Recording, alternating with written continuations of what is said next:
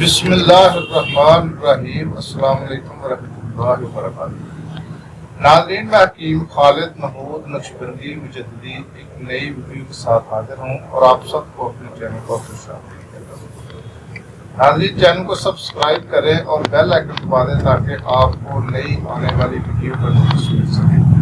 وَإِذَا مِرِضْتُ فَهُوَ يَشْفِينِ، جب بھی میں بیمار ہوتا ہوں وہی اللہ شفا دیتا ہے۔ شفا دینے والی اللہ کی ذات ہے۔ دوا کھانے سے پہلے یہ دعا لازمی پڑھیں۔ اور ناظرین، طریقہ طب ہربل میڈیسن کا استعمال کریں اور سائیڈ افیکٹ سے محفوظ رہیں۔ ناظرین، آج کا میرا موضوع ہے دل کی کمزوری، دماغ کی کمزوری، جگر کی کمزوری، معدہ کی کمزوری، امعاء آنتوں کی کمزوری۔ ان سب کے لیے یہ دعا ایک اکسیر کی حیثیت رکھتی ہے، اور جن لوگوں کو ٹی بی کی شکایت ہے اگر وہ بھی ایک دو خوراک استعمال کر لیں تو انشاءاللہ تعالیٰ اس کو بھی بہت زیادہ فائدے حاصل ہوں گے۔ خفقان کے لیے بہت مفید ہے، دل کی دھڑکن جس کی ہو جاتی ہے نا تیز، اس کے لیے یہ بہت ہی مفید ہے، اور جتنے بھی اعضائے رئیسہ ہیں سب کے لیے دعا ایک اکسیر ہے۔ تو ناظرین، اس کو ہم جواہرات کہتے ہیں، اس کو آپ کشتہ بھی کہہ لیں، کشتہ جواہرات۔ اس کو آپ بنائیں، اپنے گھروں میں رکھیں، اور جو طبیب حضرات ہیں وہ بھی اس کو بنائیں۔ کسی کا بھی یہ دعا خانے میں اگر ہوگا تو یہ بہت ساری بیماریوں کے لیے ایک مفید تحفہ ہے۔ تو اس میں زمرد ہے، یاقوت، یشب، ورق طلا، مروارید، یہ سب چیزیں جو ہے نا آپ نے اس کا کشتہ بنانا ہے۔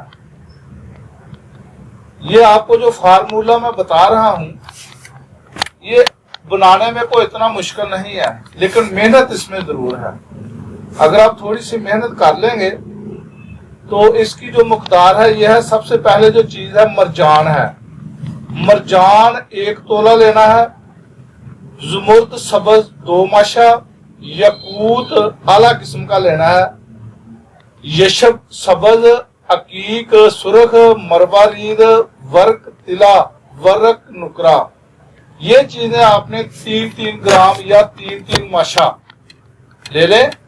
یعنی کہ اس میں صرف مرجان 1 تولہ ہے اور زمرد سبز 2 ماشا ہے یا 2 گرام ہے۔ باقی جتنی بھی چیزیں ہیں، یاقوت، یشب سبز، عقیق سرخ، مروارید، ورق طلا جس کو سونا کہتے ہیں، سونے کے ورق، ورق نقرہ چاندی کے ورق، یہ تمام چیزیں 3-3 گرام یا 3-3 ماشا لے لیں۔ تمام ادویات کو ایک پختہ کر لے لیں جو کہ گھسے نہ، اس میں کیونکہ یہ پتھر ہوتے ہیں، اگر اس میں کچا پتھر میں اس کو رگڑیں گے تو وہ دوسرا پتھر بھی اس میں مکس ہو جائے گا، لیکن وہ مضر صحت ہوتا ہے۔ آپ نے وہ پتھر لینا ہے جس میں اس کو وہ دوسرا پتھر جو ہے نا، وہ جس کو ہم کہتے ہیں سنگے سماک، وہ ایک کھرل ہوتا ہے، وہ آپ لے لیں، اس میں اس کو آپ نے کھرل کرنا ہے، بریک کرنا ہے۔ اور گل سرخ بہاری، اس کا آپ نے پانی نکال لیں، 1 کلو پانی نکال لیں اس کا، جو بہار میں گلاب کے پھول ہوتے ہیں اس کا پانی نکال لیں، اور اس کو زوردار ہاتھوں سے کھرل کراتے جائیں یا کرتے جائیں۔ اگر کسی کے پاس الیکٹرک مشین ہے تو وہ اس کے ذریعے کھرل کر لیں گے تو بہت ہی اچھا رزلٹ ملے گا۔ اس کو کم از کم لگاتار، وہ مشین اگر الیکٹرک ہے تو 12 گھنٹے اس کو لگاتار چلائیں۔ اگر اس میں اس کو وقفہ دینا ہو کہ موٹر گرم ہو گئی ہے تو اتنا ٹائم آپ نے زیادہ لگانا ہے۔ اگر لگاتار کریں گے تو اس کا بہت زیادہ اچھا رزلٹ ملے گا۔ لگاتار 12 گھنٹے اس کو کھرل کریں گے۔ اس کے بعد آپ نے وہ پھول لینے ہیں گلاب کے، گل سرخ جس کو ہم کہتے ہیں، اس کا آپ نے نقطہ بنانا ہے۔ نقطہ بنا کے تازہ گلاب کے پھول ہوں۔ اب نقطہ میں وہ جو جتنی آپ نے دوائی گرائنڈ کی ہے، پیسی ہے 12 گھنٹے، وہ اس نقطے میں رکھ دیں۔